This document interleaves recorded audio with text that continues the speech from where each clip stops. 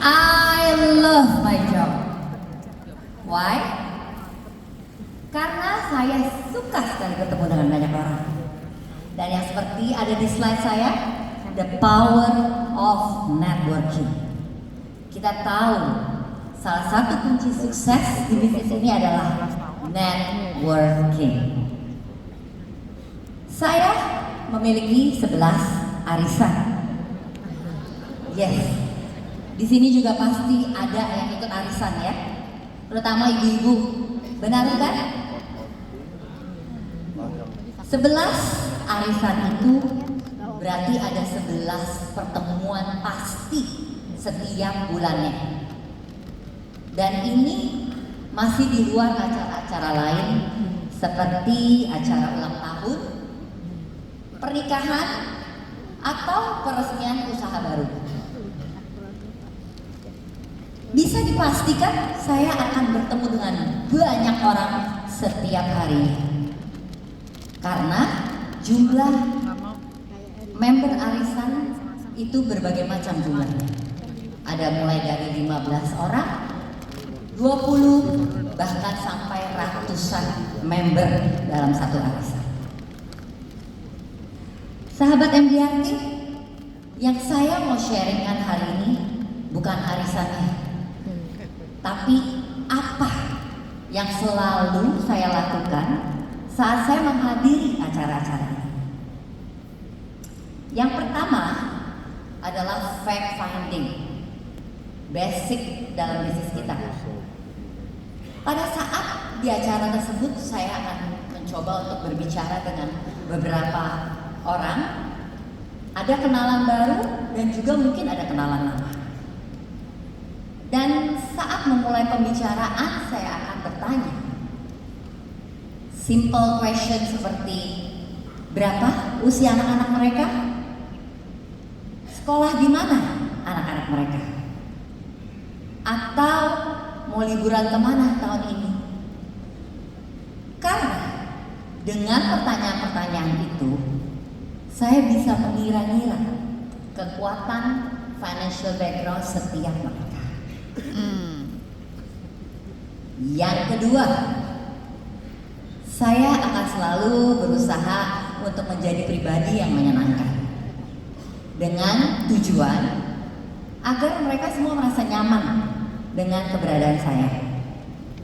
Karena saya percaya rasa nyaman itu akan membawa kepercayaan. Dan bisnis kita adalah bisnis kepercayaan.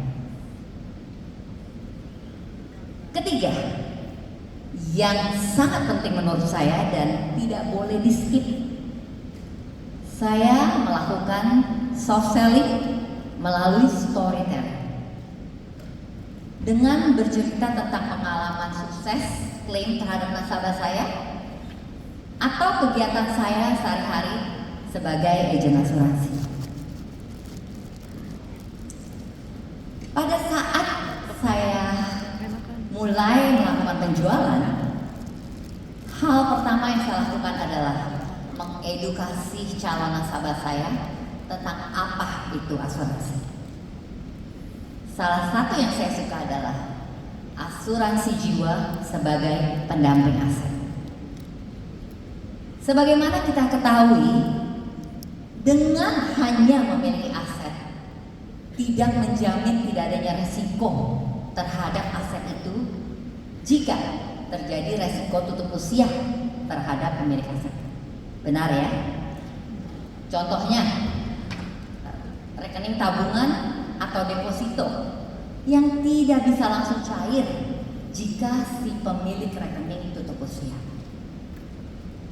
Dan juga ada hutang pajak balik nama terhadap aset yang harus diselesaikan.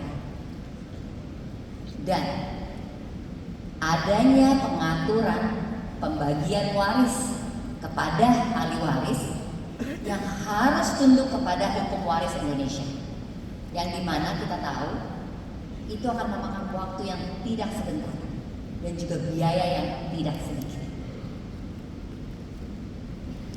Pada tahun 2025 lalu saya berhasil closing satu jumbo case asuransi jiwa. Preminya sebesar 1,5 miliar rupiah per tahun. Terima kasih. Nasabah saya ini yang juga adalah salah satu teman arisan saya adalah seorang pengusaha yang memiliki banyak perusahaan dan tentunya memiliki banyak aset baik di dalam dan di luar negeri. Pada saat inilah saya bercerita menjelaskan kepada teman saya fungsi asuransi jiwa sebagai pendamping aset. Karena asuransi jiwa itu bebas sengketa, bebas pajak, liquid, dan tepat sasaran. Asuransi jiwa melindungi aset keluarga Anda. Sahabat MDRT, seperti tema saya hari ini, The Power of Networking. Jadi, please cek aktivitas Anda setiap hari. How big is your networking? Saya Yonita Angelina, salam MDRT.